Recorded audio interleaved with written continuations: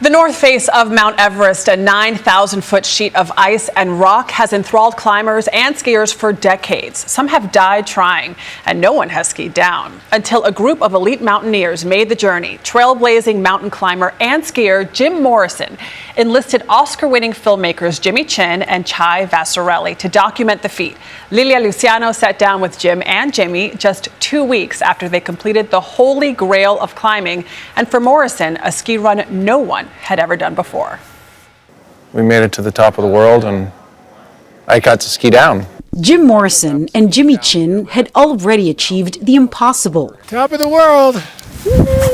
Morrison and his wife Hillary Nelson were the first to ski down Mount Lhotse in the Himalayas. Another 500 feet to the summit. Chin, along with mountaineers Conrad Anker and Renan Osterk, were the first to summit the notorious Shark's Fin on India's Meru Peak, which he documented in the film Meru. Alex is having the best day of his life.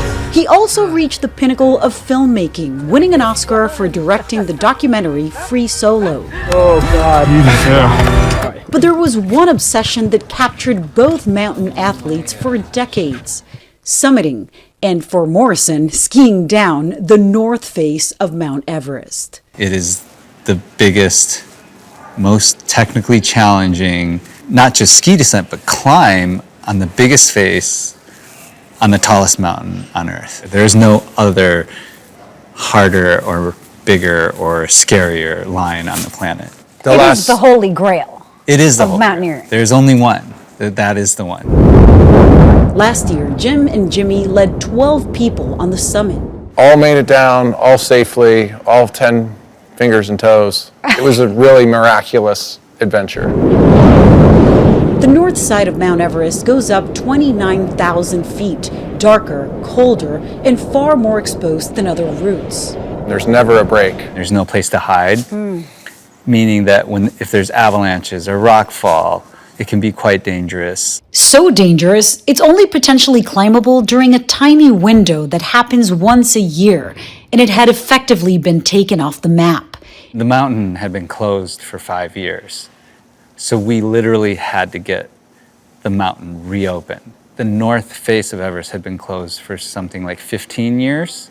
So not only did we have to get the mountain open, the next step was to get the north face of Everest opened. They attempted climbs twice in the last 3 years, thwarted by storms and crew issues. Their third and final try was last October. We went back with the dream team and had a just exceptional run up this historic route on the north face of Everest and got to the top. But for Morrison, the true test was still uncharted. My friends were up there celebrating and taking selfies and really excited to be at the summit of Mount Everest, coming up the direct north face. And that's when I strapped into my skis and had the challenge of, okay, how am I going to make this first turn? And how am I going to make the second turn? For the next 4 hours, he would be all alone with zero margin for error. Any slip, any mistake. That's it. I was going 9,000 feet to the bottom. So you were ready for that?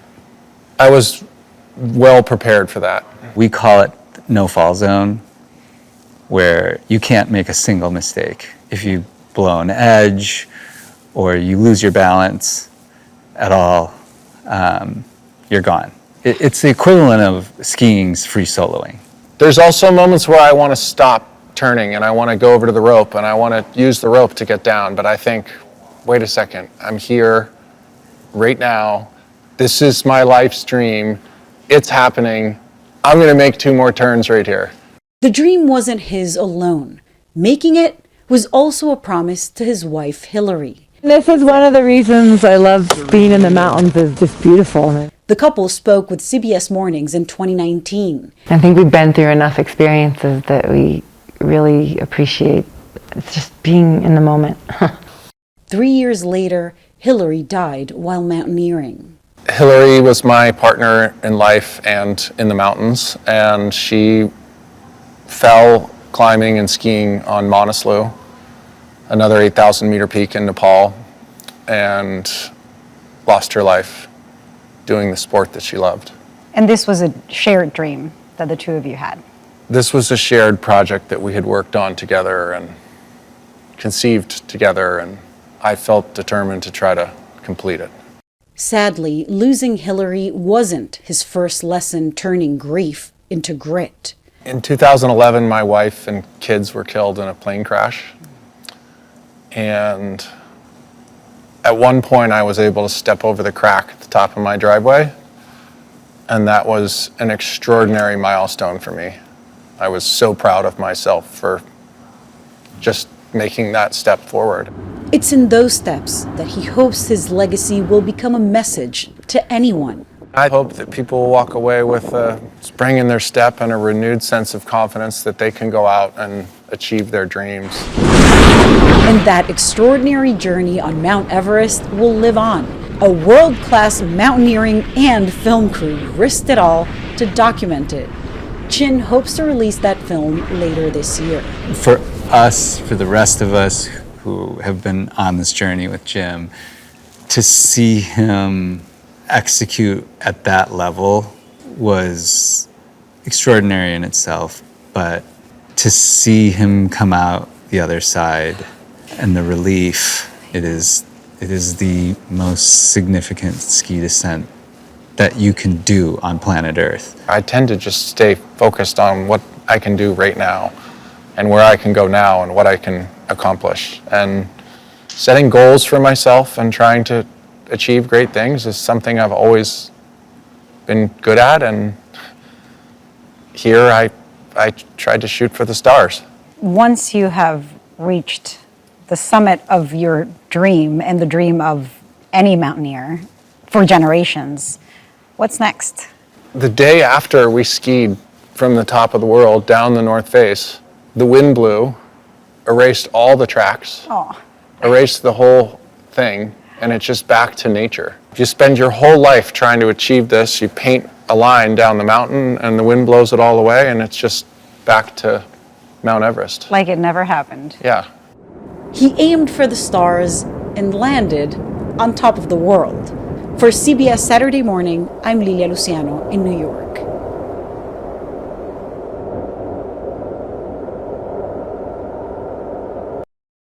Five-time Paralympic medalist Hunter Woodhall is one of the world's fastest runners. This morning, he's reflecting on the challenges he has faced in life and his journey to overcoming barriers. He shares his story in a note to self, to his younger self. Dear 8-year-old Hunter, I know you're hurting. I know you're asking questions no kid should have to ask. Why was I put in this situation? Why am I the odd one out? Why does everything feel harder for me? And why does it feel like the world is stacked against me when you're already starting at the bottom? At 11 months old, your legs were amputated because of a birth defect called fibula hemimelia. It will shape the way you see yourself and the way the world sees you. In school, kids will stare at you, some even laugh. You'll wonder if you'll ever be able to do the things they do. You feel like you're carrying a burden that no one else around you understands. But here's the truth. That burden will become your blessing.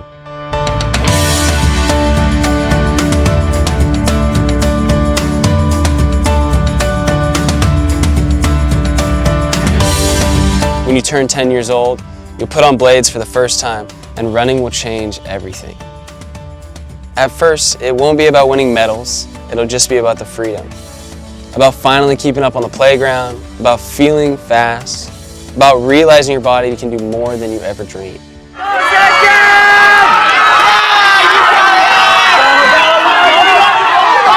Slowly, that freedom will turn into passion, and that passion will take you places that you could never imagine. From the track at school to stadiums filled with thousands of people.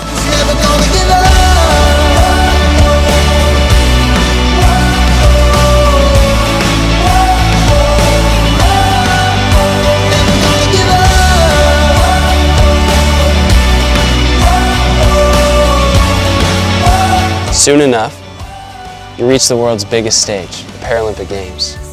And not once, but 3 times. From Rio in 2016 to the 2020 Games in Tokyo, all the way to Paris in 2024. And Woodhall does it! You'll become one of the fastest runners in the world, not despite your legs, but because of them.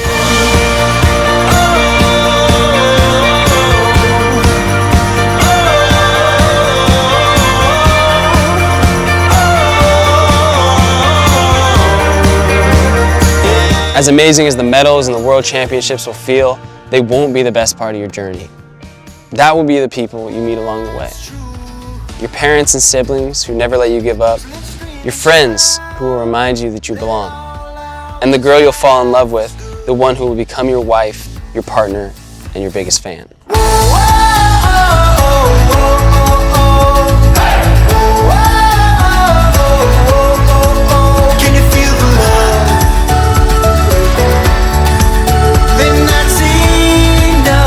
Meeting Tara will introduce you to a kind of love you didn't even know was possible. And the sport you once leaned on for survival will be the very thing that brings you together. When you turn 26, you'll think back on the questions you're asking yourself right now, but with a whole new perspective. You see that you weren't meant to blend in, you were meant to stand out. You were put in this situation to prove that it's possible to overcome. You feel like the odd one out so you can show others that they belong. You struggle through challenges because each one is shaping you into a better leader. You feel like everything is stacked against you because you are meant for something so much bigger than the cards you were dealt. Right now it feels heavy, but one day you'll carry it with pride. One day you'll understand that what once felt like your weakness is your greatest strength.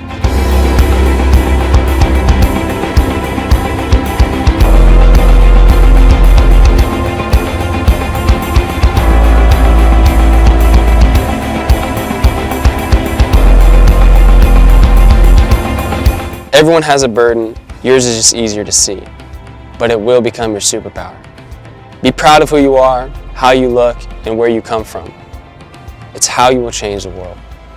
So keep asking questions, keep pushing forward, because the answers will come not all at once, but in the times that matter the most. Just don't forget, these are the moments. Love, Hunter.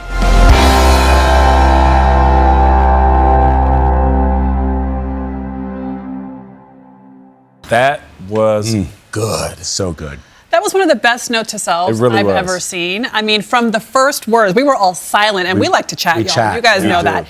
And he said, I know you're hurting. I know you're asking questions no kid should ever ask. And he pulled us in. And it was so poetic. Everybody has a burden. Yours is just easier to see. We're meant to stand out. Yeah. Oh, so beautiful. Which is such a beautiful way to sort of denote what everybody might be struggling with. But for him, you can see what his burden is, but it doesn't mean that the rest of us aren't also struggling. Yeah, and it's okay to feel a certain type of way about your own shortcomings or burdens, but your perspective can change over time. Yes. And he said what he saw as shortcomings is now his superpower, and really introduced him to everything. That's right. The love of his craft and also the love of his life. Of his life. Man. Tara Woodhall. Yeah. Tara Woodhall Davis. Tara Davis Woodhall. Tara Woodhall Davis. Tara Woodhall Davis. Yeah. Herself an Olympian, an incredible athlete. And I loved everything about this. They're so in love. Oh I my know, gosh, they those are. pictures. That was great. It was so good. Alyssa Candiotti, the producer on that, is Yeah, shout out to her and everybody else that worked on that piece. Great job. The president pledged last month to permanently halt migration from what he called third world countries. The affected nations include Venezuela, Somalia, and Afghanistan. It follows the shooting in Washington, D.C. of 2 National Guard soldiers. The suspected gunman was an Afghan national who came to the U.S. as part of a government-sponsored resettlement program in 2021. About 200,000 Afghans came to the U.S. after the Taliban retook control of the country. That includes a group of women who are doing something in America they could never do at home. Karen Hua has the story of survival and perseverance. Bite. Okay, perfect. If you live in Houston, your dental nurse could be Sadaba Kanjani. Rabia Yacobi might cook you a meal. But after their 9-to-5s, they work together as professional athletes. This is the Houston Shine women's soccer team. The players are Afghan refugees who might not be alive if they were back home. When the U.S. withdrew from Afghanistan in 2021, the Taliban banned female sports.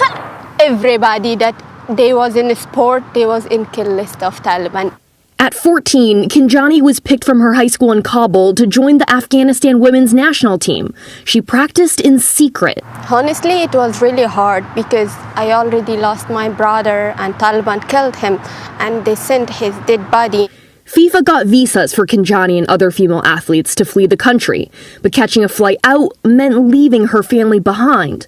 Now in Houston, it's been 4 years since she's seen them. The sheer magnitude, the trauma, what they have been through to just get to this point here is massive. We're really working on not getting beat on the dribble. Rachel Fabre coaches the team. While so much has changed in these players' lives, their love of the game has stayed. Back in May, FIFA announced it's creating an Afghanistan women's refugee team, made up of players who've resettled in various countries. The team would compete in matches, including the 2027 Women's World Cup. When they score a goal, you would think it is the World Cup. In September, FIFA told all American-based female Afghan refugee soccer players they can't attend the international training camps where players are vetted for the official team. FIFA tells us this is due to immigration and safety concerns, even though the Houston Shine players have green cards. FIFA says, quote, when it comes to players who are not selected for the inaugural squad, FIFA remains committed to providing opportunities to all players eligible for the Afghan Women United. I will fight. I will fight with FIFA. I will fight with Taliban. I will fight about my rights. Off the field, most team members work manual labor jobs and send their earnings back home. Sometimes I'm not eating. I'm saving money, send it to my mom's because my mom needs it. The team takes English classes together and has the help of a Dari translator during games. But sports is a universal language, and these women want to be heard. My society telling me she is a bad girl from Afghanistan, that she is playing football and she is raising her voice against Taliban. The players hope they'll remain safe in the U.S. while they advocate for change back in their homeland. For CBS Saturday Morning, Karen Hua, Houston.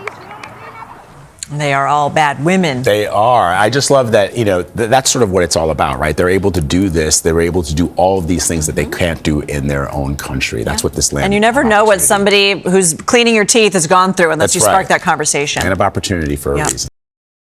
All right, well, we're going to begin this hour with an exclusive interview with a hero who saved lives in a terror attack that killed 15 people at a Hanukkah festival in Sydney, Australia. Ahmed Al-Ahmed wrestled a rifle from one of the suspects during the attack. He was then shot several times. Anna Corin spoke with him on Sunday after his release from a hospital. The world witnessed your extraordinary courage when you tackled one of the gunmen, seized his rifle during the Bondi Beach terror attack. Tell us what was going through your mind at that moment. I couldn't handle it to hear a kids and a woman and oldest and man screaming and asking for help and no one help. My soul and all my everything in my organ, in my body, in my brain, ask me to go and to defense and to save innocent life. So you didn't even think about it, you just acted. I didn't think about it. The gunman was hunting the people who were lying on the ground, and you saw hundreds of people lying on the ground. Was hundreds and hundreds, all of them in the ground. And he just shooting in front of him, anyone he see him, straight away. I jumped to him in his back, hit him, and hold him with my right hand. Drop your gun.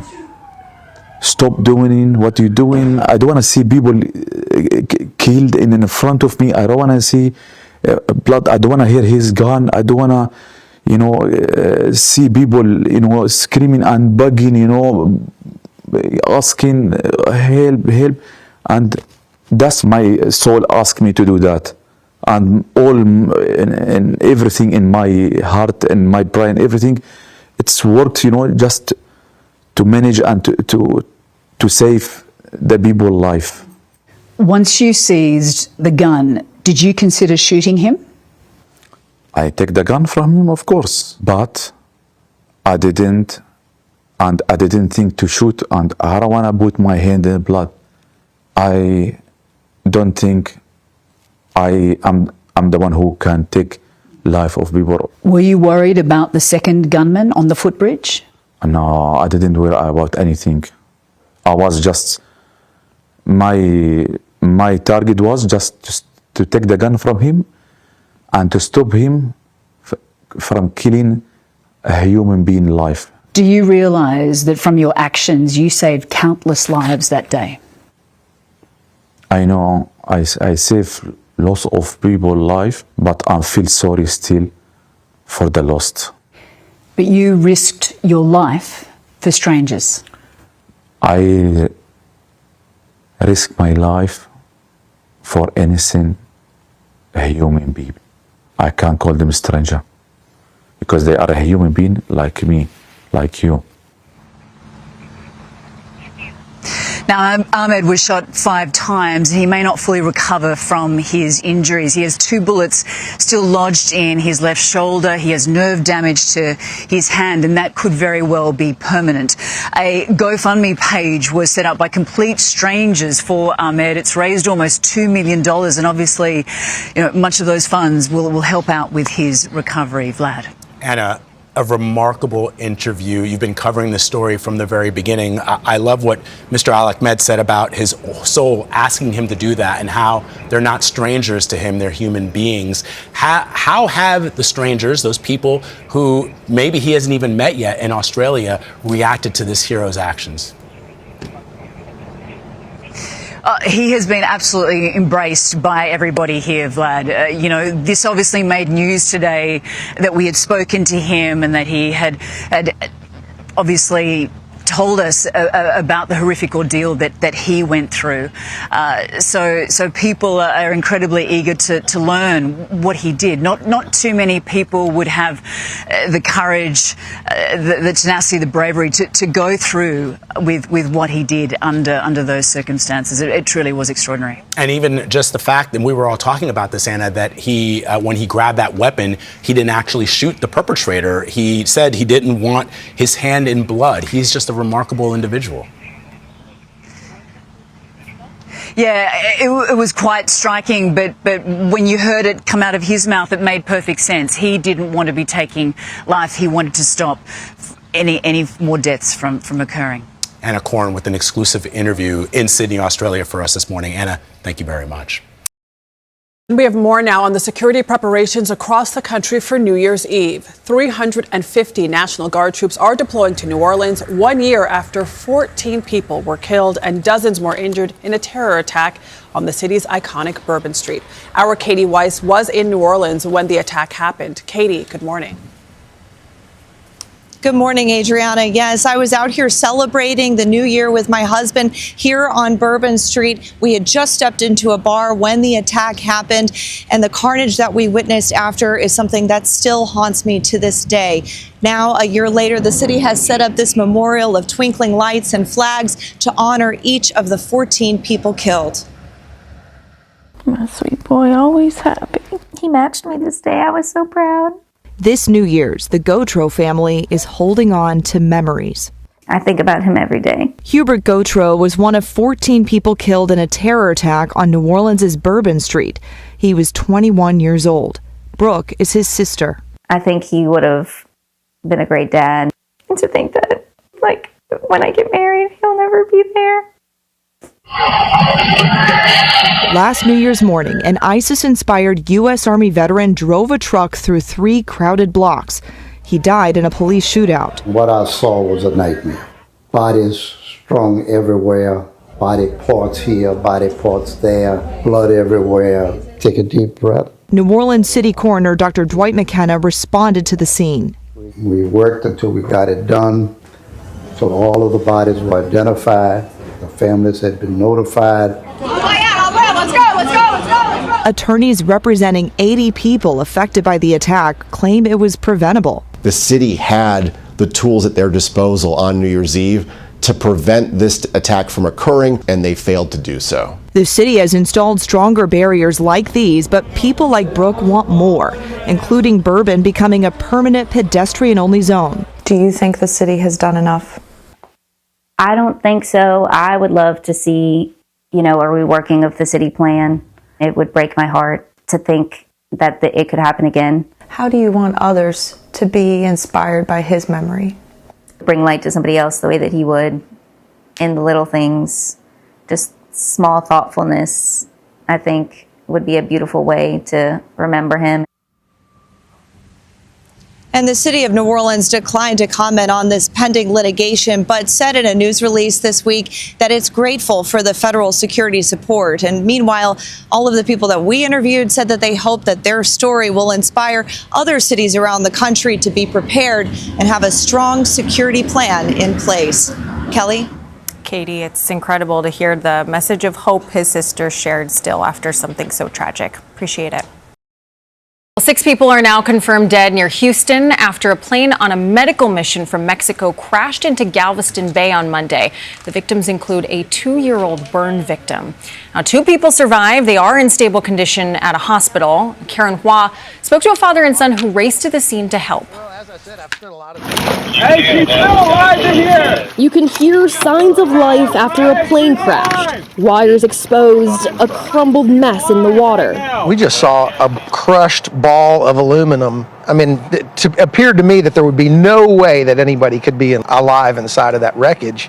Boat captain Sky Decker and his 11-year-old son were among the first to arrive at the scene of a deadly medical plane accident Monday, more than a mile off the coast of Galveston, Texas. Hey, somebody get in here and help me pull this stuff out of the way.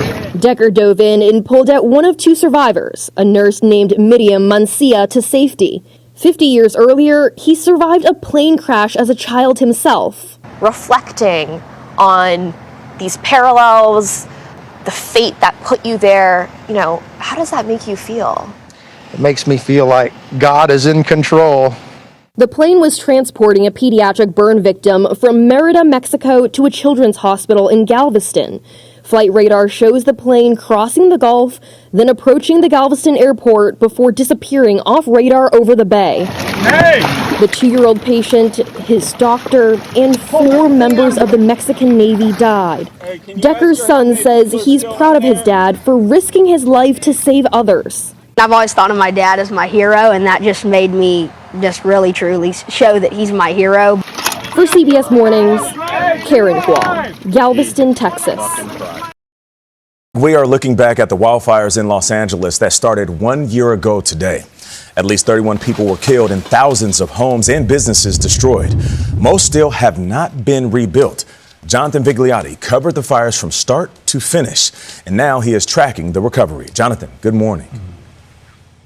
And Nate, good morning to you. 1 year later, the rubble is gone, but signs of this disaster are everywhere. We're here in Pacific Palisades. This is one empty lot of thousands as many homeowners struggle with permitting and insurance issues. It's a similar story about 25 miles northeast of here in the town of Altadena, a historic black community that was decimated by the Eaton Fire. We revisited one family that lost multiple homes, has yet to rebuild a single one of them. Remember the family room? For generations, this plot of land on East Las Flores Drive in Altadena is where the Ben family gathered to celebrate life's most memorable events. 86-year-old Marie Ben is the family's matriarch. I have not cried. Why? I guess it's because we lost everything, but we didn't lose each other. The Eaton Fire robbed this family of musicians of their homes, their church, even their instruments, but not their spirit. There is so much loss here everywhere we look, but there's so much joy on this property. Every time we have the opportunity to really sink into the sadness and into the loss, it's met by all of these really beautiful things. We first met Marie's granddaughter Lauren and Lauren's father Oscar last January as 3 generations crammed into an Airbnb. All my stuff is gone. What has that year been like? Trying to move in some direction forward, to be able to go back to work, to put the kids in school and create another routine of life in a entirely different place. And this is a family, 6 generations Oh, yeah. in Altadena. Yeah. 6 generations, not one family staying in Altadena is in their home. Hundreds of their Altadena relatives live in temporary housing, but are committed to returning instead of selling the land.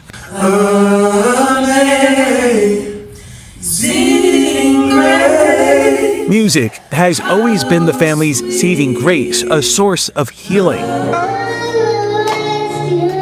On Monday, they were rehearsing for a community candlelight vigil to mark 1 year of so much change. When you lose everything, it's very clear what you do have. And for us, that was really just our voices. And it was the most soothing thing. A lot of hope. 1 year later, construction has begun on only about 500 of the 16,000 structures lost. Vlad, only a handful of homes have been fully rebuilt. What an incredible story. Jonathan, thank you so much. A good reminder, too, guys. Yeah, the grace under pressure. Yes. The people who go through incredibly debilitating circumstances in their life, and yet they still want to return to the place because it's their home. And it's the place where they built a life and They a still family. see some good. You know, I keep thinking, because the news cycle certainly moves on, as it always does. Yeah. But it's good to be reminded there are people still in need, people still need help. That's a great point, Gayle. Yeah, and the fact that they still, as you said, Vlad, still have hope and have grace under pressure when you've lost everything. Just that little girl saying, I lost, yeah, but then able I to lost sing everything. and just bring about that beautiful love that that community shares. It's really beautiful. Thank you, Jonathan, as always. But we're going to begin this hour with a story of leadership rising from the ashes. It's been nearly 1 year since twin wildfires caused tremendous damage and loss to communities in Los Angeles. The Palisades and Eaton fires combined to kill at least 30 people and destroyed more than 10,000 homes. A year later, many homeowners are struggling for relief with their insurance companies. Elizabeth Cook introduces us to one woman who's leading her community through the fire and its aftermath, and the unlikely place where it all started. The pickleball courts are this way. I'll show you. The pickleball courts where Joy Chen used to play at Altadena's Town and Country Club might otherwise not be noteworthy, given that some 9,000 structures were destroyed by the Eaton Fire here. The fire jumped over the pickleball courts and burned the clubhouse. But pickleball is at the root of how residents in fire-ridden Altadena came together and are pushing to rebuild a beloved community. It started this way. I would happen to be the admin of the pickleball WhatsApp at the Altadena Country Club, and that's what turned into the Eaton Fire Survivors Network. In other words, she had names, phone numbers, and emails of some 50 pickleball players at the critical moment on January 7th. Somebody texted into our pickleball WhatsApp and said, there's a fire on the mountain. And immediately our pickleball WhatsApp transformed into our emergency evacuation network. Altadena is an unincorporated part of Los Angeles County, and what we've learned from a report in September, the official evacuation notification system didn't work well. But then the pickleball WhatsApp was instantly important. We started saying, okay, the fire's here, the fire's there. Call Jean, fire's getting close to Jean's house, get Jean out. You know, so it was just like that all through the evening. And so we all ended up evacuating on that Tuesday night because of the WhatsApp. So at the end of the day, 18 people died in the fire, but none of us did. That WhatsApp pickleball group saved lives. Pickleball WhatsApp, yes. And when days turned into weeks, displaced homeowners, people who never played pickleball, jumped on the pickleball WhatsApp. And so we started trading notes on what was happening at different shelters, what FEMA was doing for us, how to get access to emergency resources. So now we're a community of 5,000 by, for, and led by survivors.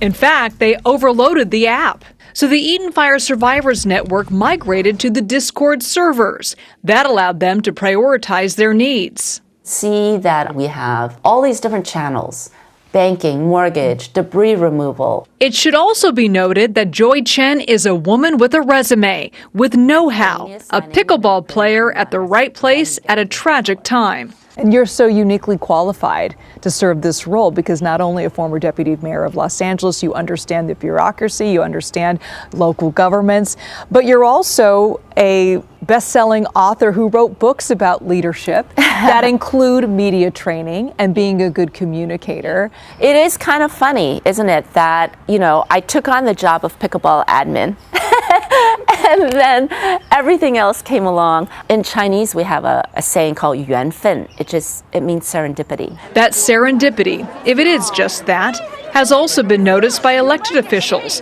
Jeff Prang is the LA County assessor. She's probably one of the leading voices in fire relief coming from the community. I don't know how they would do it without her. She's a force of nature. Much of that force came about because Joy Chen says Discord users kept tabs on insurers. Whether a family was on the road to recovery or was sinking further into trauma seemed to come down primarily to one question: which insurance company they were with. Her Discord website showed some insurers were less responsive than others.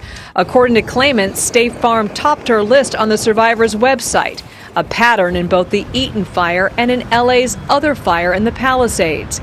According to a formal study from October of 2025 by the Department of Angels nonprofit, found 54% of State Farm customers reported negative experiences, compared to 73% positive experiences with USAA.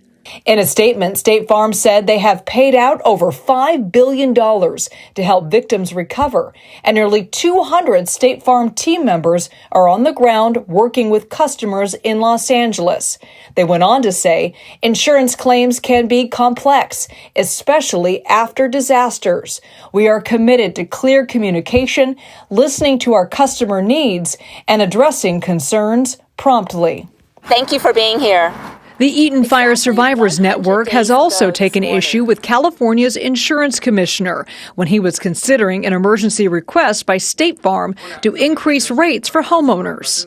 I actually want to see these complaints myself. Can you please do that before approving the rate hike? Since that meeting on Zoom in May, the insurance commissioner, Ricardo Lara, who has refused our request for an interview, started an investigation to State Farm's wildfire claims.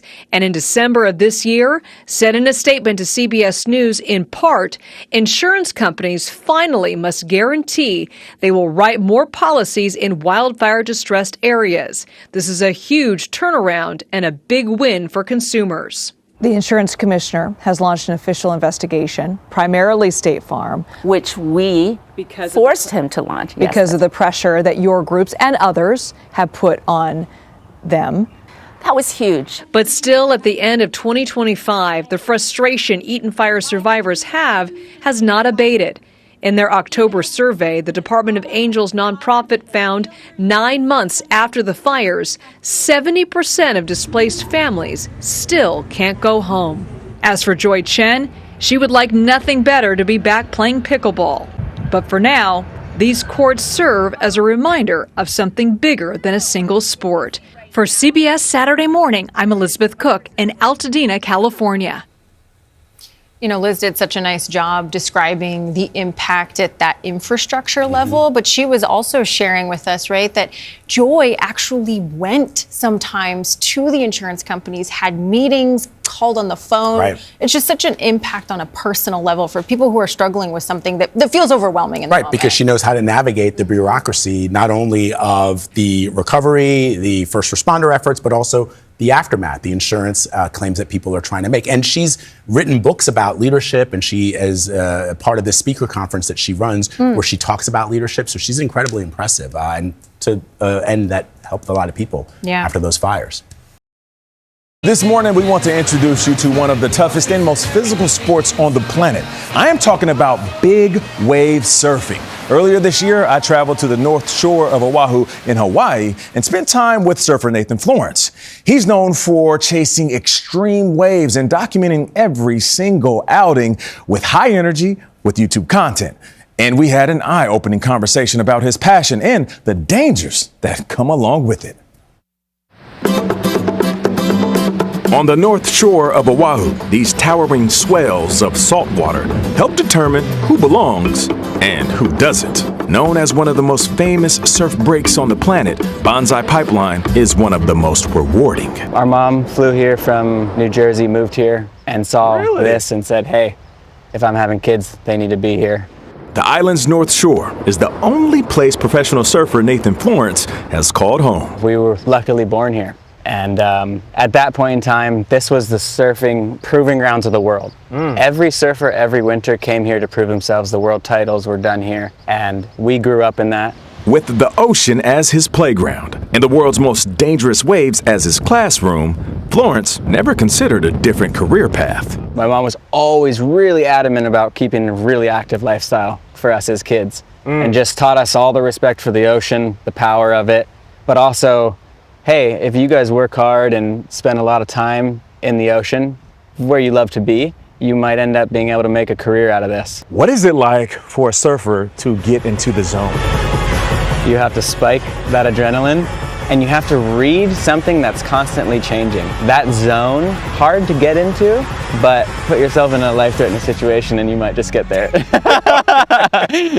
try this at home. Hopefully we have a good day today. Surf some big waves with my brothers and friends. Florence has built a global following by taking his camera and his audience into the heart of the world's biggest waves, documenting every triumph and wipeout. When following you on YouTube or anyone that's familiar with your career, one of the words that might come up is fearlessness. But you don't think it's fearlessness. No, for me, I've always felt maybe the most afraid. One, I don't want to drown or die. Of course. So there's that fear. Right. And two, I have these big goals and I don't want to fail at them. And I don't want to let myself down. But this lifestyle doesn't come without risk. The wave like that is so powerful that it picks you up and drops you on just itself, water. And I've ended up one time breaking my back because I just got flopped. I got really lucky with my back. No disc damage, no spine damage. Yeah. And I was back surfing in 7 weeks. It is one of the most dangerous coastlines in the world. And so we grew up with a huge respect for the ocean. Most deaths per wave in the world here on the North Shore. There's no doubt Florence has found success in the water. And as his popularity has grown, so has his desire to highlight what helped him reach the peak of the sport. What is it like to know that your content is reaching so many different homes?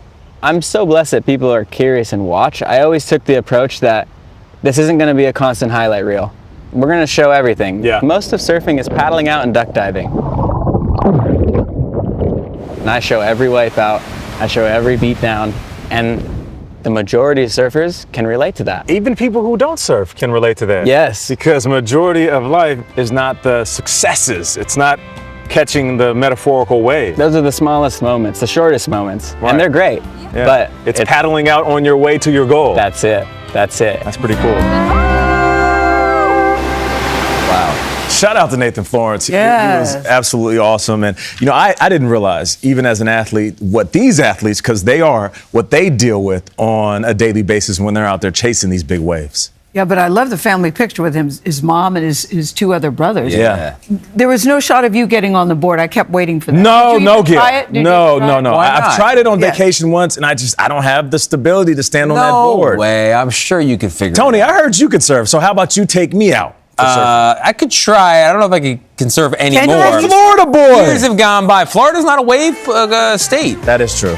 Well, I'll just be on the shore waving my pom-pom. I'm not doing that. We are back with a story about hard work and keeping the faith. Jason Lively spent more than 14 years in a West Virginia prison, mostly in solitary confinement for a crime he did not commit. Can you imagine? His legal team, which included Amazon corporate attorneys, worked on Lively's exoneration case to free him. Nearly half of Fortune 100 companies have programs that allow in-house lawyers to work on cases like Lively's. Nancy Chen has the story.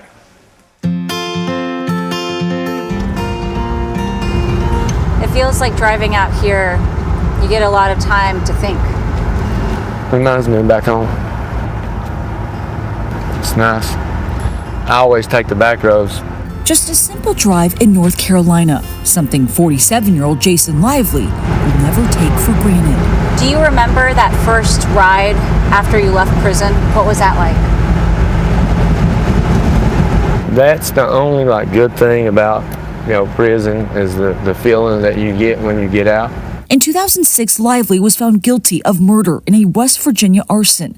Lively was sentenced to life in prison for a crime he swears he did not commit. What does spending 14 years in prison do to an innocent man? I have no faith in the legal system. Look at that. He and his wife Billy exhausted all options to get released. When you were in prison, did you think you would one day get out? Absolutely. Every time I told her I was going to get out, I believed it with all my heart. There are women who would not have stayed and stuck by Jason through all of this. Why did you? Well, I loved him, but it takes more than that to stay that long. And just couldn't leave him in there by himself, and I knew he was going to come home at some point. Help eventually came. Andrew George is part of the legal team that devoted its time to exonerate Lively in 2020 after discovering the state's own expert determined the fire was not arson. What did it mean to you when he was exonerated? So that's the pinnacle of a career. I'll never have a moment that will top that. George's law firm, Baker Botts, brought the case in front of Amazon's attorneys. Lawyers who normally represent the tech giant were now fighting to free a man wrongly convicted. It's because of a program that you set up that someone was exonerated. What does that mean to you? It's incredibly rewarding. David Lepolsky is Amazon's chief legal officer. He started its pro bono program, which has a team sifting through cases to take on. 2,400 legal and public policy employees have collectively volunteered more than 70,000 hours. Has pro bono work always been important to you? It's sort of part of why I became a lawyer, was to give back to the community. And so I just get tremendous satisfaction and pride when I or anybody from our company has that opportunity to really make a difference in people's lives. And that difference is being felt in Lively's life. Those people took time away from the people that they love and doing the things that they wanted to do to help somebody that they didn't know. It's pretty magnanimous, maybe. He's a free man today, y'all. He walks free today because of the help and sacrifice from others, something Lively doesn't take for granted. For CBS Mornings, I'm Nancy Chen. I think it's a beautiful way to end this broadcast with the things that we don't take for granted. Yeah. What a beautiful story. And that's sort of